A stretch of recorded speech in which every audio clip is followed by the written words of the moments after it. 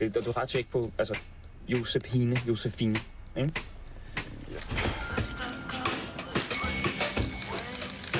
Altså, jeg vil sige, nu får du 14 dage til at få dig et job, oprette en bankkonto, og så starte med at betale din gæld. Jeg kan ikke oprette en bankkonto.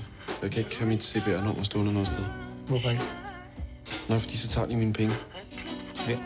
Men alle. Altså, postvæsenet, DSB, parkeringsbødefolkene og skattevæsenet og overformynderiet, de står i kø.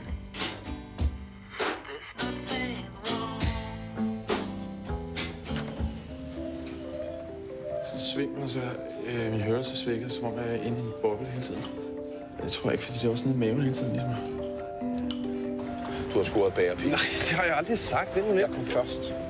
Gul kort, du! Nej, det kan du ikke. Ved du hvad? Hvis du fortsætter det der, ikke? Så er det rødt kort, og så er det ind i fryseren. Lige med det samme. Hvis jeg forelsker mig en pige, så er det første, jeg tænker, er, at det er den rigtige mor til mine børn. At det her er den ultimative genkombination, vi har gang i. Er det gået i sig selv nu?